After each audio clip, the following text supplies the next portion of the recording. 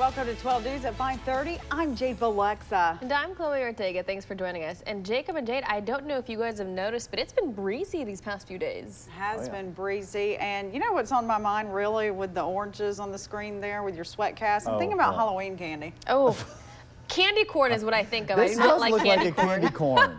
That does look like a candy corn now that you all mention it. Do you like candy corn? No, I do not. No thanks. I like it. Oh, Jade, you do? Mm-hmm. Okay, so Chloe, if we get some, we can give ours to Jade. Yeah. There we go. I do not like it. It's pretty tasty. I like it in small doses. Okay, small doses. Yeah, it's either a hard yes or hard no to candy corn, I think, for most people.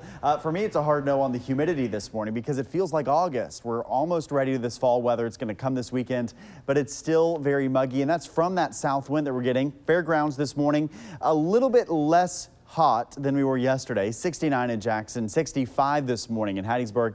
So everyone's below the 70-degree mark for now. We're going to warm back up, though. Mix of sun and clouds this morning. 70 degrees at the bus stop, up to the upper 80s, and that's about 10 degrees above normal for mid-October, and we stay humid as well. So we're staying warm, partly cloudy. Again, though, the fall weather on the way. It'll be here this weekend. That's what I'm tracking, this cold front, bringing in cooler air and rain chances. I'll time it out for you in future radar coming up in about 15 minutes. All right, thanks, Jacob. The White House says relieving global supply bottlenecks clogging U.S. ports and highways is its top priority heading into the holiday season. Several major retailers have started to charter ships to avoid a holiday season supply chain disaster. Our Washington correspondent Anna Warnicki joins us live from the nation's capital with more on how the White House is stepping in. Anna, good morning.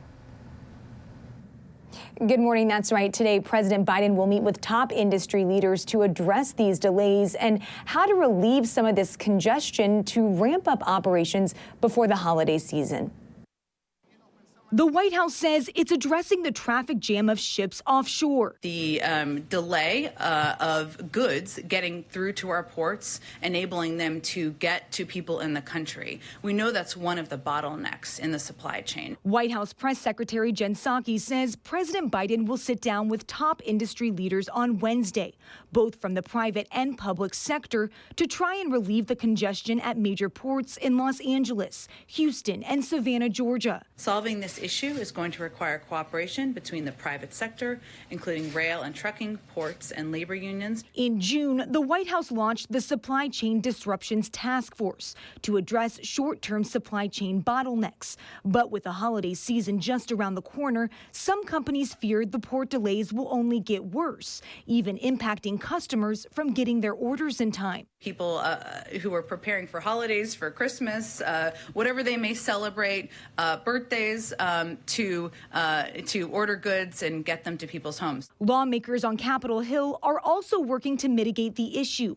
New Jersey Democratic Congressman Josh Gottheimer called for congressional oversight and committee hearings to investigate the delays and introduced the Ocean Shipping Reform Act to speed up the time it takes for ships to drop off and pick up goods at ports.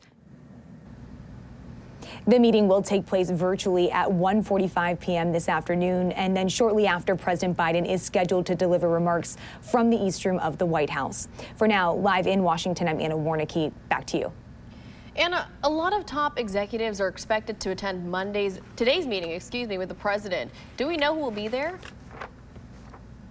Well, the White House says that they are bringing in leaders from a variety of different industries. We do know that directors of several large ports will be attending this meeting, as well as representatives from the trucking and railroad associations. Also attending this meeting will be representatives from big companies like Walmart, Target, and Home Depot, as well as representatives from small businesses, because the White House says that these are the companies that are really seeing the impact of these delays on their daily operations. All right, Anna, thank you. Well, there was another shooting in Jackson Monday night, but this one was steps away from the governor's mansion. Now the public safety commissioner says more law enforcement is needed.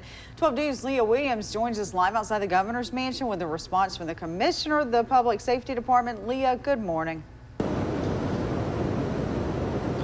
Jade, good morning. Governor Tate Reeves and Public Safety Commissioner Sean Tindell are calling for a larger police presence in downtown Jackson after shots were fired near the governor's mansion. Now, around 10 o'clock Monday night, the driver of a white Honda Accord shot at a black Challenger multiple times. The shooting ended with the Challenger crashing into multiple cars in front of the Walt Hall Loft Apartments, which is right down the street from the governor's mansion. The driver of the Challenger was taken to the hospital and his condition is unknown. There are no suspects in custody right now. Governor Reeves says he heard the shots, and Public Safety Commissioner Sean Tindell says there isn't enough law enforcement in the downtown area.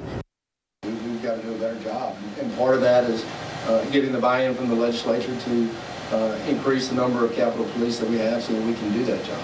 We feel like that is where we need to be able to really make an impact on daily patrols within the Capital District and beef up our investigative duties within the district.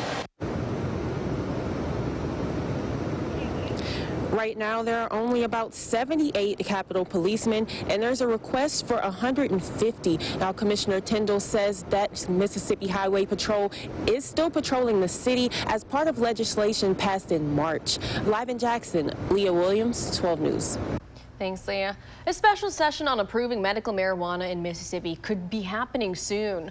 Currently, the House and Senate leaders have a medical marijuana deal. However, Governor Reeves says he thinks before a special session is called, it's important to get the deal done right, which is why the governor also says that he's not ready to set a date for a special session just yet. I believe very strongly that if we're going to have a medical marijuana program, it's very important that we get it done right. I think getting it done right is more important than getting it done quick. But I also recognize the will of the voters. And so as we try to negotiate and come to an agreement on the final couple of issues that are outstanding, once we get that done, it will be my hope that we're able to get that special session called sooner rather than later. Only the governor can call lawmakers into a special session. On Tuesday, Lieutenant Governor Delbert Hosemann spoke candidly to 12 News about teacher pay in Mississippi and other education priorities that need to be addressed here in the Magnolia State.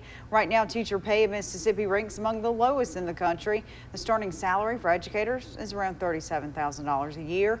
Hosemann says teachers need pay raises and additional pay increases, and he plans to raise the issue in next year's legislative session. Teacher salaries are low, and they need to be raised. They were raised last year, and the Senate is going to raise them again this year. I don't speak for the House or the governor. He gets to pick. But you should assume we're going to continue to march up the ladder where economics, where we realize how important that person is to the future of Mississippi. You can watch our full interview with Delbert Hosemann this Sunday morning at 10:30 on Mississippi Insight with Byron Brown, only on 12 News. The Jackson Fire Department and first responders are calling for pay raises, and they want the extra money to come from American Rescue Plan funds issued by President Joe Biden. Leaders within the Jackson Fire Department say first responders deserve a raise after serving on the front lines to help keep the city safe during the pandemic. Now, the officers are calling on Jackson Mayor Chokwe and Tar Lumumba for help. For years, our department has been gone unrecognized, looked over, and we're grateful that President Biden, as well as in conjunction with the City Council and the Mayor, have decided to do right by the firefighters. And we wanted this to happen for all firefighters, not just certain ranks. We think that every member of the Jackson Fire Department deserves premium pay because we all have worked on the front lines together, keeping the city safe in the midst of the pandemic. Early on during the pandemic, Mayor Lumumba issued extra pay benefits to firefighters. And staying on top of Southwest Airlines, it has canceled more than 2,000 flights since the weekend. Now, many people, including those flying in and out of Jackson, are starting to become upset. Southwest maintains that bad weather and air traffic control issues triggered cascading failures in which planes and pilots were trapped out of position for their next flights. Southwest offered a tremendous apology to customers. The airline and its pilots have been clashing over a vaccine mandate, and multiple travelers leaving from Jackson's airport say they were still experiencing delays. We have a layover in Houston, hobby, but we've been delayed, so they say for 2 hours. So we may not make our connecting flight. It's a little worrisome at times because that can make a huge difference. I mean, I'm going to be in 3 different properties in 4 days. Yeah, the effects just trickle over to Jackson. If you're flying Southwest, you are encouraged to check flight times for any delays.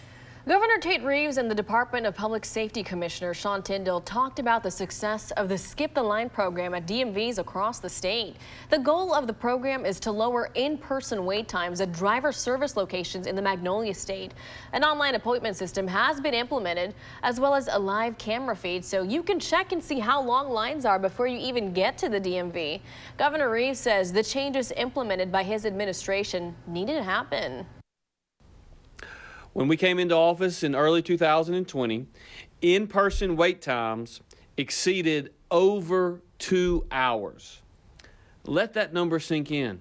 People were waiting over 2 hours at our driver services bureaus. I think it's safe to say that that was unacceptable and that our approach to delivering these services needed major upgrading. Mississippi's Skip the Line program was recently selected as an award recipient at the Center for Digital Government's annual Government Experience Awards. I'm sure a lot of people are going to be happy about that because lines at the DMV can be long. Oh, you're telling me. Last time I went, I did not sign up digitally to wait in line, and I did wait probably 2 to 3 hours. Yeah, but it's nothing as bad as California. I would wait for like 3-4 hours. So Mississippi's DMVs are actually better. Yeah, so use the online system. Yeah, to prevent yourself from waiting in line. Your time right now is 5:41. Coming up on 12 News, a hurricane making its way towards Mexico's coast. The warning from weather forecasters about the storm. And coming up in our next half hour, the city of Jackson is addressing issues with its water billing system. We'll tell you about the changes customers will soon see. And sunrise this morning, 7:03 in the capital city. Our temperature is going to be in the upper 60s as the sun comes over the horizon. I'm tracking partly cloudy skies for today and when rain returns in the 8-day forecast coming up next.